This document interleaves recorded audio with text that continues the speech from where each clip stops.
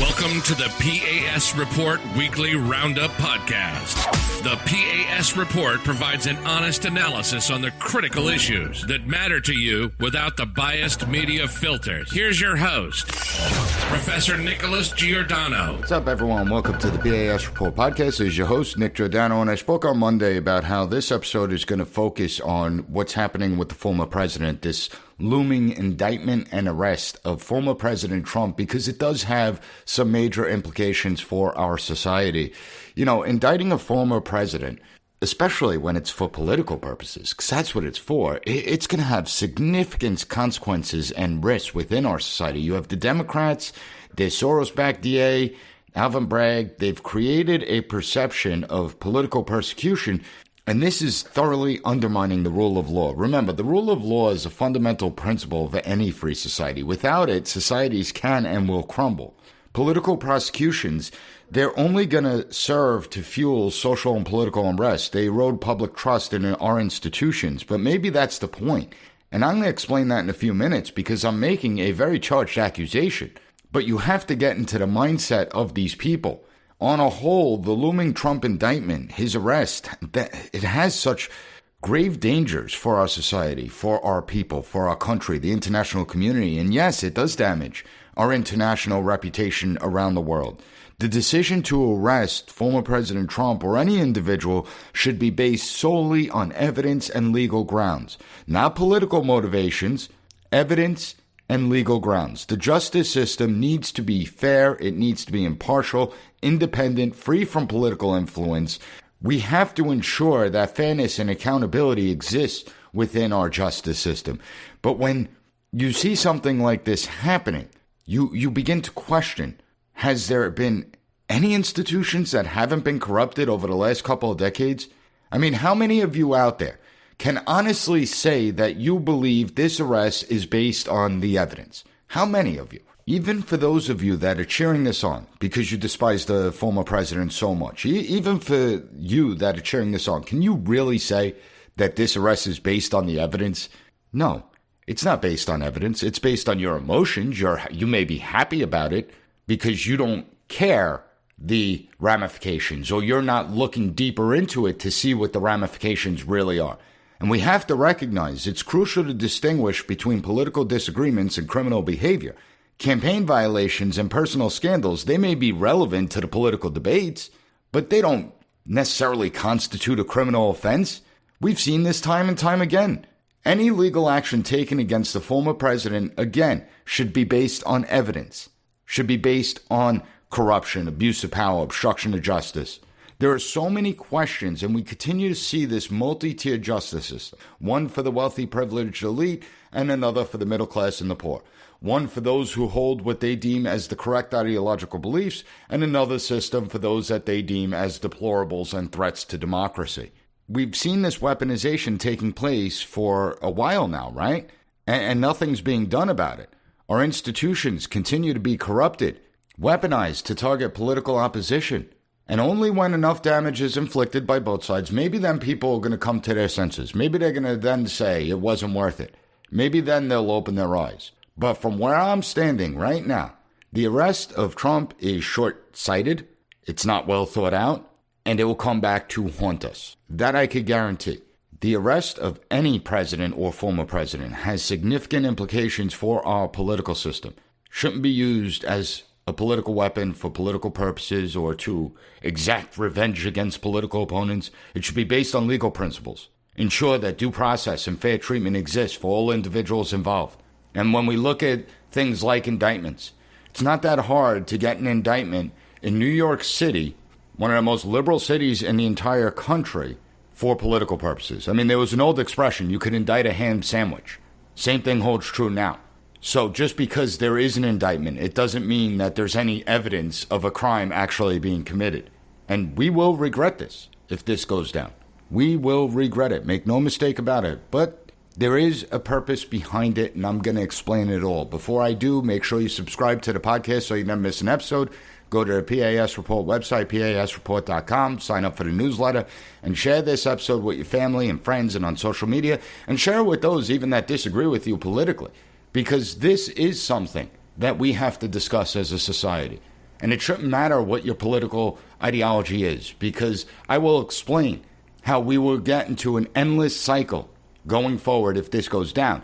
What makes D.A. Bragg's move so questionable is that both the Southern District of New York and the Federal Elections Commission thoroughly investigated the hush money payments to Stormy Daniels. Now, let's just look at that for a minute. I don't think there's anyone out there that believes that the Southern District of New York was friends with the Trump administration and actually liked and admired the former president. Let's be honest about that. I could assure you that the people sitting on the Federal Elections Commission, I could assure you that many of them weren't the biggest fans of the former president. Now, they investigated this, and they said there's no there. Maybe pay it back with fines, something like that. That's what usually happens. It happened to former President Obama. It happened to Hillary Clinton. We see this time and time again. I believe it happened to the former President George W. Bush, too.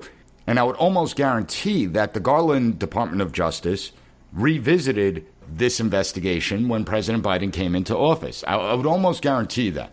So why didn't they move on the former president? What does the Soros-backed New York District Attorney, Alvin Bragg, see that they didn't? What new evidence did he come across? And if so, what is it? Because if it's what we already know, then is there even a discussion about indictments and charges? I mean, not for nothing, but D.A. Bragg was investigating President Trump and the Trump Organization for financial crimes. That is something that's much more serious than the hush money payment to Stormy Daniels. And he ended up saying couldn't prosecute. He didn't think there was enough there in order to take down Trump. Well, this is even weaker. Even the New York Times is raising questions about the case, writing, and this is their words, not mine, quote, "The Bragg case hinges on an untested and therefore risky legal theory involving a complex interplay of laws all amounting to a low-level felony," end quote. Even they don't understand why Bragg is moving in this direction. You have some Democrats who are questioning this move. After everything that's gone on, after all the investigations into former President Trump, all the pending investigations into the former president that are currently going on, is this really the best you can do? You're going to try and take him down because of a payment to a porn star? I don't think so. There's something much bigger at play. And so what is this really about? Well, it's about several things, and they're all going on at the same time. The first thing, it's obviously distracting. Arresting a former president right now would take all the oxygen out of the room, right? So you have numerous crises that we are facing as the United States. And all these crises are through self-inflicted wounds. Inflation, energy prices, bank meltdowns, the collapse of our education system, the open borders, the fentanyl crisis, surging violent crime, the cover-ups when it comes to the pandemic, whether it's the origins of the pandemic, the authoritarian decrees, the vaccine. You know, our institutions have lost an enormous amount of public trust. Our foreign policy is a disaster. We've been losing massive amounts of power and influence throughout the entire world, and this is all on Biden's watch. So the arrest of Trump is going to change the focus, right? It's going to deflect from our current problems, and those responsible for creating these problems serves as nothing more than a distraction.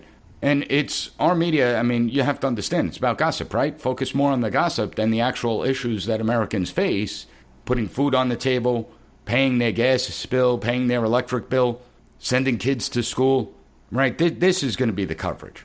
And it's also about blind hatred. You have those who are guided by nothing more than emotions, guided by their feelings. They hate Trump. They want to exact revenge against Trump. Emotions drive these people. They thoroughly despise the former president, especially because of all the previous scandals that fell flat. Ironically, they all used to kiss his ass prior to him running for president. Now they want to destroy him, and they will do everything they can to make good on that. That's what we're seeing. But it's not just about their hatred for the former president. They also want to hurt the Republican Party as a whole. There are some who claim that this is going to help Republicans, it's going to help the former president because it's going to show how corrupt these people really are, that this is nothing more than another witch hunt against him. And I get why some people believe that, but don't be ridiculous. This isn't going to win President Trump any new votes. This isn't going to help him or the Republican Party. If the former president is charged, it's going to damage him. It damages the Republican Party. It makes it that much more difficult to recapture the White House in 2024. So stop with the stupidity out there. But they're moving in this direction for that purpose, right? 2024. They want to create chaos in the Republican Party because they know that it's not going to win them any new voters over, that the Republican base, they want to demoralize it. Let's be honest, the Democrats had a much better than expected midterm election, and it certainly exposed the weaknesses and the divisions within the Republican Party. The Republicans aren't united. We see that every day. But the one thing that would actually unite them going into 2024 is Biden's name on the ballot. However, what happens if the former president gets bogged down in numerous criminal cases? The Democrats would love nothing more than to create a circular firing squad where all the candidates are attacking Trump, Trump's attacking the candidates. Now, that always happens in any primary, but if one of the candidates is under an indictment, is facing criminal charges, it's going to change the dynamics. They want to perpetuate the image that the Republican Party is a party in chaos. And they want to do so because it deflects from the failures of the Biden administration. Think about it this way. In 2020, President Biden had the luxury of hiding in his basement because of the pandemic. He didn't campaign. He made a few limited appearances. When he did make an appearance, he would get 5, 10 people showing up at his rallies because, again, who wants to hear President Biden speak? I mean, he's not exactly the poster child for enthusiasm out there, unless he's talking about Corn Pop. Corn Pop was a bad dude, and he ran a bunch of bad boys. But outside of that, who really wants to hear President Biden speak? Guess what? 2024, the president doesn't have the luxury of hiding in his basement this time. And campaigns are grueling, especially presidential campaigns. Can any of you imagine President Biden going coast to coast, giving 3, 4, 5, 6 speeches a day, doing massive rallies each and every day, where nobody's showing up to these rallies, so it is embarrassing when you look at the optics of it? However, if all the attention is on the fighting in the Republican Party in a criminal case against the former president, what do you think's going to happen with Biden and his campaign? He's simply going to blend into the background, and no one's going to notice. Just look at how the media industrial complex already provides cover for President Biden. They don't call him out, and they would love nothing more than to be able to change the narrative from Biden's abysmal record to the historic nature of a former president not only being charged with a crime, but still running for president. And don't think that the Stormy Daniels hush money payment is the only indictment coming down the pike. Don't think that. You have the Fulton County DA in Georgia, Fani Willis, another Soros-backed DA. She's looking to indict the former president with racketeering, conspiracy, election interference charges. Soros has completely corrupted our legal system, throwing so much money behind ideological zealots who have no regard for the rule of law, who care more about politics. If they really cared about the law, they would prosecute all crimes in their cities, especially the violent ones, rather than drop charges against these violent criminals. It's such a disgrace. But getting back to my point, you have another case in Georgia that's certainly going to be coming down soon, and it's going to cause controversy. Now, the only thing that may have screwed up the Democrats' plans in Fulton County, Georgia, is the fact that you had a lunatic that was on the grand jury that's gone out there and has talked about the grand jury proceedings and has expressed how she's happy if the former president gets charged and all this other nonsense. So that lunatic may have actually saved President Trump from actual indictments in Georgia. However, I still think they are going to happen. And then don't forget, you have the Garland Department of Justice, you have the special counsel. Who knows what's going to happen there? Understand that you have the Garland DOJ, that they may be waiting on the sidelines. They may want to see what happens with the other cases before they decide to charge the former president. And wouldn't it be something if Trump happens to win the Republican primary and then he gets slapped with federal charges? So now you can begin to see how this undermines our idea of a free society, how it undermines the Constitution of the United States. And if a former president is arrested for political reasons, it's going to be an attack on a free society. It will be an attack on the rule of law. This will further undermine people's trust in political institutions. It will weaken our institutions. It will lead to a breakdown within our republic. And I'm going to explain that when we get back from a short break, so sit tight.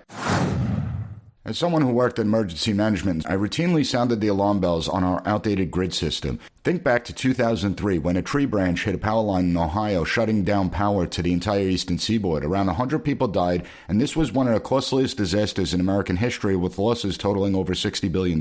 Even the White House sees it. They're saying 2/3 of the grid are at least 25 years old, and they recently announced billions of dollars to update it. But we're talking about the government here. How long do you think that's going to take, if at all? When an incident happens, you have to rely on yourself. Be prepared for yourself and your family. With the Patriot Power Generator, you get a solar generator that doesn't install into your house because because it's portable. You can take it with you, even use it inside. But it's powerful enough for your phones, medical devices, and even your fridge. Right now, you can go to 4patriots.com, use code P.A.S. to get 10% off your first purchase on anything in the store, including the Patriot Power Generator. You'll also get their famous guarantee for an entire year after your order, plus free shipping on orders over $97. A portion of every sale is donated to charities who support veterans and their families. Just go to 4patriots.com, use code PAS to get 10% off. That's 4patriots.com, use code PAS to get yours today. All right, welcome back, everyone. And just to rehash, before we went to break, when we look at why this is happening, I explained the change in the narrative away from Biden's failures to focus on former President Trump. Then you have the infighting in the Republican Party, creating chaos throughout the primary season within the Republican Party and in the general election as well. You have the other cases that may be coming down the pike. There may be more indictments coming down the pike, which I certainly suspect is going to happen. But I want you to remember what I said at the beginning of the episode, and this is probably the most important aspect to this. I said that political prosecutions will only serve to fuel social and political unrest, erode public trust in our institutions, but maybe that's the point. And I said that knowing what the intent of my words are. I'm not mincing words here. Arresting a former president polarizes this country even further, and it can lead to social unrest. Supporters of the former president are going to view this arrest as an attack on their political beliefs, and I have little doubt that there will be protests. You are going to have instigators trying to turn these protests into potentially violent clashes, and I believe there are many that would love nothing more than to provoke the former president's supporters, creating another January 6th. Now, I don't have evidence to support this theory. I admit that, and it is a theory. But given everything I've witnessed over the last couple of decades, watching the bureaucracy amass more and more power over the last 2 decades, all in the name of combating terrorism and the pandemic, are you really going to put that past these people for a second? Would you put it past them? They want power. And they view anyone who disagrees with their narrow-minded points of view as an enemy. Just listen to the rhetoric. And I warned about this in an episode following the January 6th riots. I warned the road that we were going down. I warned how if they keep pushing and pushing, someone is going to do something really stupid. There are a lot of unstable people out there. There's a lot of hopelessness and desperation. And when people feel that they're consistently getting burned by the system, when the system is actively working against them, you have a toxic environment that exists.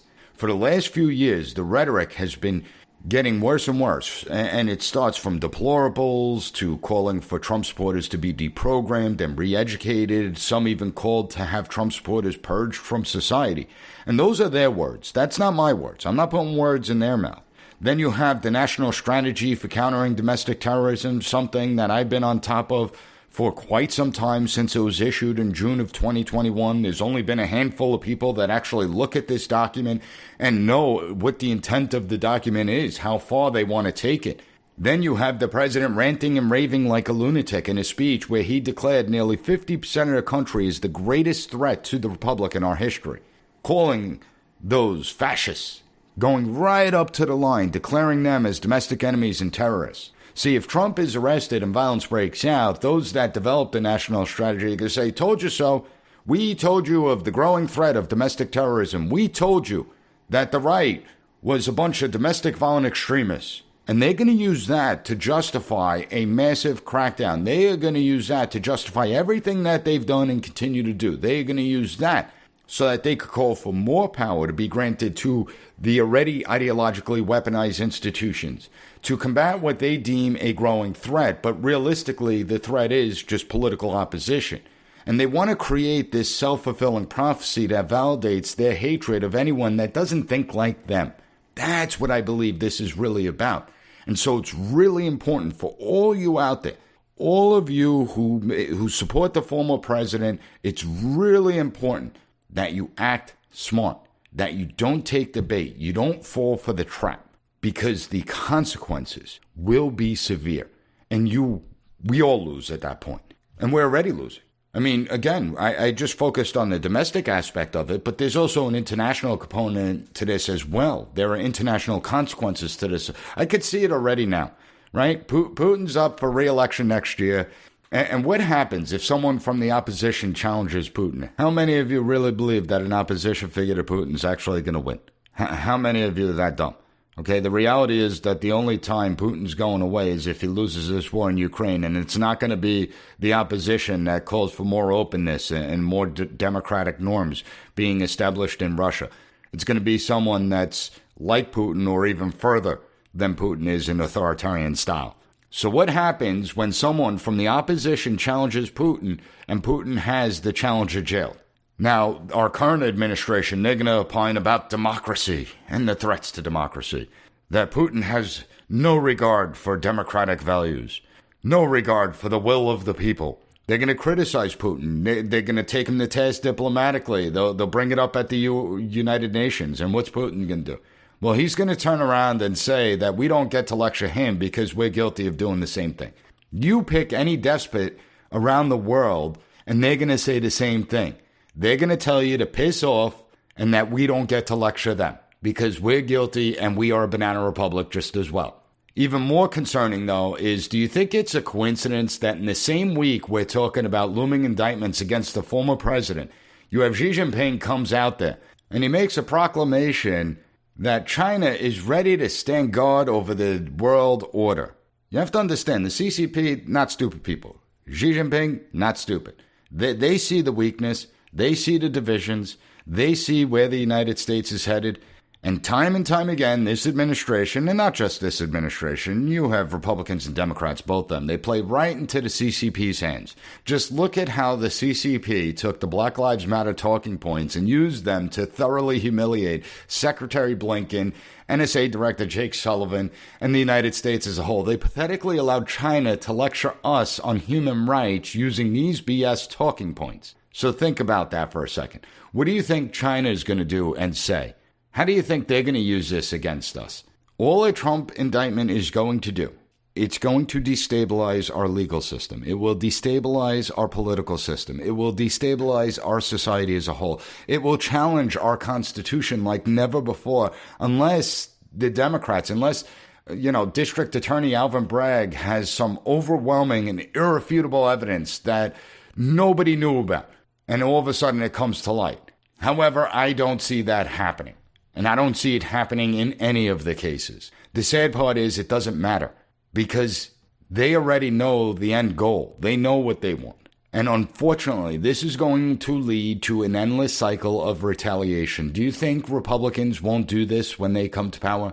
I mean, just think about how many Republican attorney generals there are in red states throughout the entire country. Do you really believe that these Republicans aren't going to try and find ways to target President Biden or any other Democrat for that matter? You know, the Republicans, they can be feckless a lot of times. I'm not going to deny that. But there's only so much you could push before they use the same tactics. And I always say, be careful with what one party does when they are in power. Sooner or later, the other party is going to come to power. And they're going to use the same tools and tactics, only they'll take it a step further. Now, I'm not actually calling for that to happen. I don't want any political party to have this type of power. I despise both political parties in that sense. My loyalty is to the country as whole. It's not to the Republicans. It's not to the Democrats. I readily admit I'm a conservative and lean Republican. But my biggest issue is suspicion of power within government. That's my biggest issue. So I don't want to see Democrats use these tactics. I don't want to see Republicans use these tactics. And I know that this endless cycle of retaliation will exist. Just look at what happened when Harry Reid used the nuclear option when it came to judicial nominations. Didn't work out so well for the Democrats. Apparently, they didn't learn anything from that, but it didn't work out well for them. And this won't work out well for us either. In a functioning society, the same standards should apply to everyone. Imagine every politician got the Trump treatment. Imagine every politician got 1/10 of the scrutiny that Trump has received. How many politicians do you think would still be in office? We'd have to hold special elections because we'd have like 5 members of Congress there. How many would have to resign in disgrace? How many would be in prison?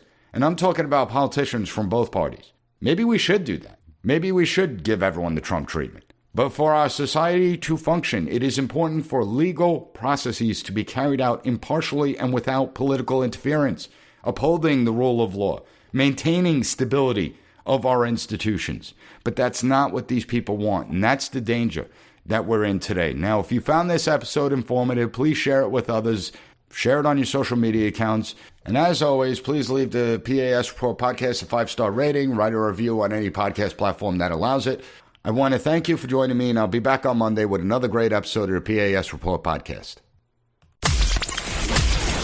Thank you for listening to the P.A.S. Report Weekly Roundup Podcast. Have a good one. Bye. Be sure to rate, share, and subscribe to the podcast so you'll never miss an episode. Also, visit PASreport.com and follow us on Twitter at PAS Report.